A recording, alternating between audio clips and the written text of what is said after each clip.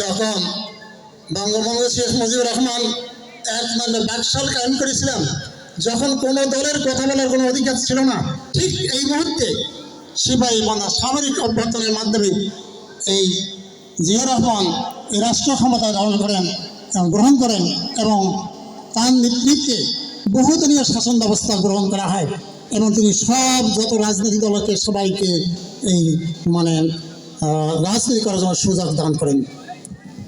তিনি এমন একজন নেতা যিনি আমাদের খাল খনন থেকে শুরু করিয়া অনেক বহুবিধ কাজগুলি করেছেন। আমরা এই মুহূর্তে যে আমার যে নেতাকে পেয়েছি কুড়িগ্রাম 1 আসনে সম্ভাব্য ধানের শীষের প্রত্যাশী নেতা, যিনি এই আমার আসনে এতদিন পর্যন্ত এত বড় যোগ্য নেতা আমরা পাই নাই। আমরা এমন একটা এই নেতাকে পেয়েছি, আমরা এই নেতা যদি অন্বেষণ পাই আমরা সকলেই তার পক্ষে কাজ করবো। আপনারা রাজি আছেন? আমরা তার পক্ষে কাজ করবো। আমি এত যোগ্য লোক আর কুড়িগ্রাম 1 আসনে আর লোক নাই। আমরা এতদিন যত লোক পেয়েছি এনার মতো যোগ্য লোক পাই নাই।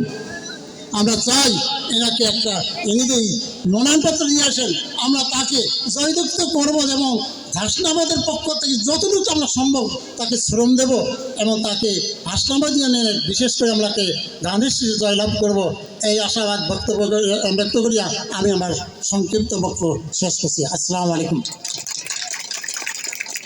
ধন্যবাদ সাবিদ আলী স্যারকে মূল্যবান বক্তব্য রাখার জন্য। এ পর্যায়ে বক্তব্য রাখার জন্য বিনীত আহ্বান জানাচ্ছি বাংলাদেশ জাতীয়তাবাদী দল নাগেশ্বরী উপজেলা শাখার সম্মানিত সদস্য